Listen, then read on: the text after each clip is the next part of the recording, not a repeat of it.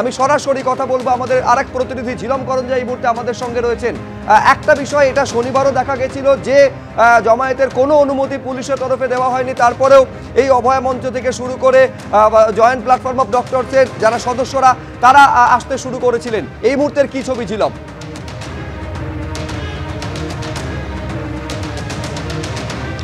যেমন তুমি বলছিলে, আজকেও আমরা যেটা সূত্র মারফত জানতে পারছি যে আজকে এখানে জমায়েতের অনুমতি না দেওয়া হলেও জয়েন্ট প্ল্যাটফর্ম অফ ডক্টরস এবং অভয় মঞ্চের যারা রয়েছেন তারা এখানে জমায়েত করবেন এবং তারা যেটা বলেছেন যে অনুমতি যদি নাও দেওয়া হয় তারা আসবেন তাদের বক্তব্য এখানে স্পষ্ট করতে। তাদের কি বক্তব্য?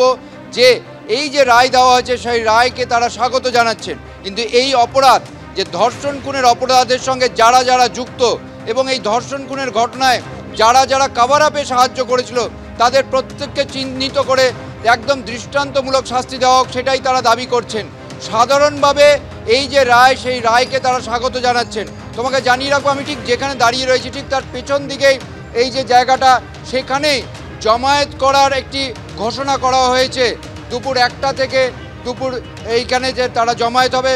এর আগের ক্ষেত্রে শনিবারও তারা এখানে এসেছিলেন, পুলিশের অনুমতি সেদিনও ছিল না, আজকেও তারা তেমনভাবেই আসবেন। আর এর মধ্যে তোমাকে জানিয়ে রাখি যে যেই চিকিৎসক যার ধর্ষণ খুনের মামলার আজকে সাজা ঘোষণার বিষয় আছে, তার সেই ধর্ষণ খুনের সেই যে চিকিৎসক, সেই নির্যাতিতার মা বাবা কিছুক্ষণ পরেই এই কোর্টে আসবেন তেমনটাই জানা যাচ্ছে। ইতিমধ্যে যে কনভিক্টেড সেই সঞ্জয় রায়কে ঢোকানো হয়ে গেছে, ঠিক 10টা 40 মিনিট নাগাদ তাকে আনা হয়। আর তোমাকে এটাও বলে রাখবো, জয়েন্ট প্ল্যাটফর্ম অফ ডক্টরস এবং অভয় মঞ্চের পক্ষ থেকে এখানে যেমন জমায়েত করার ডাক দেওয়া হয়েছে, অন্যদিকে ওয়েস্ট বেঙ্গল জুনিয়র ডক্টরস ফ্রন্টের পক্ষ থেকেও ডাক না দেওয়া হলেও তাদের পক্ষ থেকে এখানে সকলে উপস্থিত থাকবেন তেমনটাই জানানো হয়েছে। আর একই সঙ্গে ওয়েস্ট বেঙ্গল জুনিয়র ডক্টরস ফ্রন্টের যে একজন আন্দোলনের অন্যতম মুখ আশফাকুল্লাহ নাইয়া, তাকেও বিধাননগর কমিশনারেটের পক্ষ থেকে থানায় হাজিরার জন্য বলা হয়েছে ওয়েস্ট বেঙ্গল মেডিকেল কাউন্সিলের একটি কমপ্লেনের ব্যাপারে।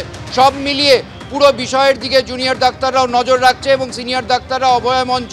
তবে তোমাকে জানিয়ে রাখবো, এই যে 12:30টার সময় এই যে শুনানি প্রক্রিয়া আবার শুরু হবে, তারপরে এখানে জমায়েত হয়ে একটা পরিস্থিতি হতে পারে যে যেখানে বিক্ষোভ দেখানো হচ্ছে তার জন্য পুলিশের এই নিরাপত্তা ব্যবস্থা। এবং আশপাশে আমার সহকর্মী শান্তনুকে দেখাতে বলবো যে পুলিশের পক্ষ থেকে এখানে ব্যাপক পরিমাণ জমায়েত আছে, সাধারণ মানুষও এখানে জমায়েত করেছে, তাদের আগ্রহ আছে এই যে পুরো রায় ঘোষণা হয়েছে, সাজা ঘোষণার বিষয়টা কি সেই বিষয়েও একটা আগ্রহ আছে। ফলে এখানে একটা ল অ্যান্ড অর্ডার পরিস্থিতি হতে পারে বলে পুলিশের দাবি এবং তার জন্যই তারা এখানে নিরাপত্তার কড়াকড়ি করছেন। অন্যদিকে ডাক্তার, তাদের যে সংগঠন এবং অভয় মঞ্চ তাদের যে সদস্য, তারা বলেছেন যে অনুমতি না দেওয়া হলেও তারা এখানে আসবেন এবং তারা তাদের যে বক্তব্য সেটা এখানে ব্যক্ত করবেন। বেশ ঝিলম, আপাতত তোমাকে ধন্যবাদ।